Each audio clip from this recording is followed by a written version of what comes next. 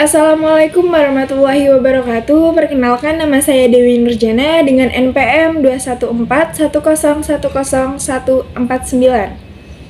Prodi Komunikasi Penyiaran Islam kelas E. Video ini dibuat untuk memenuhi tugas ujian akhir semester Psikologi Komunikasi dengan dosen pengampu Ibu Elisa Budianti, M.Ikom. Di sini saya akan mengambil materi mengenai memori dan berpikir. Baiklah, saya akan menyampaikan apa yang saya mengerti mengenai memori dan berpikir. Di kehidupan kita ini kan banyak sekali menggunakan memori dan berpikir untuk di setiap kegiatan yang kita lakukan. Baik dengan satu orang ataupun lebih gitu kan. Memori yang kita simpan dalam ingatan ini akan tersimpan dan digunakan kembali jika kita melakukan kegiatan yang sama atau serupa. Dalam setiap kegiatan tersebut itu, kita mengingat apakah kita pernah melakukan kegiatan tersebut atau tidak. Nah, jika kita pernah mengalami kegiatan tersebut, kita akan menggunakan pikiran kita untuk mengelola kembali setiap memori kita akan sama atau tidak. Memori ini memegang peran penting dalam peranan persepsi maupun berpikir. Nah, sekarang apa sih memori itu? Memori itu suatu sistem yang sangat berstruktur yang menyebabkan organisme sanggup merekam fakta tentang dunia dan menggunakan pengetahuannya untuk membimbing perilakunya. Memori ini melewati 3 proses, yaitu yang pertama perekaman, yang kedua penyimpanan, yang ketiga pemanggilan. Yang pertama itu perekaman. Apa sih perekaman itu?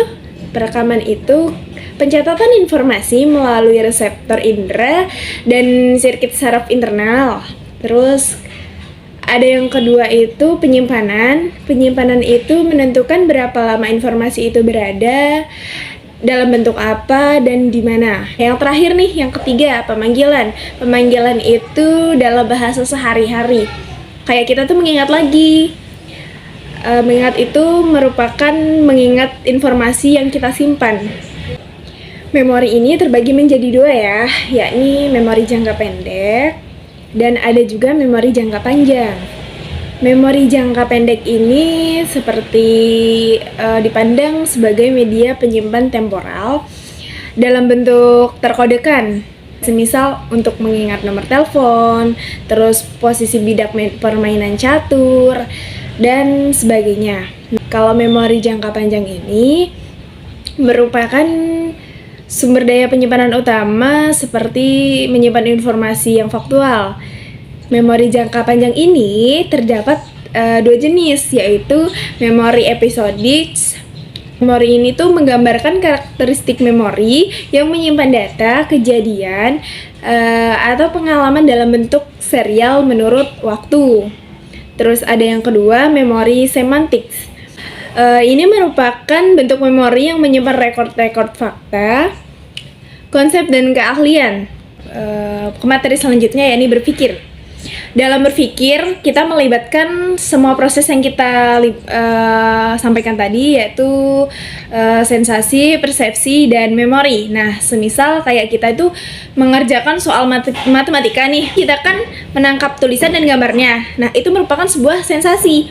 Kalau ketika kita membaca dan mencoba memahami yang diminta, itu sebuah persepsi. Terus kalau pada saat kita membongkar memori untuk memahami yang disebut garis lurus, segi 4, terus kita tuh bisa berpikir, nah itu tuh kemungkinan soal yang pernah kita kerjakan di masa lalu. Berarti dulu saya pernah mengerjakan ini nih, gitu kan. Memori kita itu sudah terbuka. Nah, secara garis besar ada 2 macam pola berpikir, yakni yang pertama autistik dan yang kedua berpikir realistik. Nah, berpikir autistik itu orang melarikan diri dari kenyataan, itu melihat hidup itu sebagai gambaran yang fantasi. Berpikir realistik. Nah, berpikir ini ada berpikir deduktif, yakni mengambil keputusan dari pernyataan. Yang pertama itu merupakan pernyataan umum pada hal-hal yang khusus. Dalam logika disebut silogisme. Selanjutnya itu ada berpikir induktif. mulai dari hal-hal yang khusus, terus dia kemudian mengambil kesimpulan umum, lalu melakukan generalisasi. Terus ada berpikir evaluatif. Ini merupakan berpikir kritis, menilai baik buruknya, tepat atau tidaknya. Terus dalam berpikir ini, seseorang dapat mengurangi atau menambah gagasan menurut kriteria tertentu. Berpikir ini dilakukan untuk memahami realitas dalam rangka mengambil keputusan, memecahkan persoalan, dan menghasilkan yang baru. Baiklah, itu tadi materi yang sudah saya sampaikan.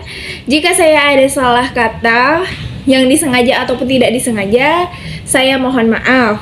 Saya akhiri. Wassalamualaikum warahmatullahi wabarakatuh. Terima kasih.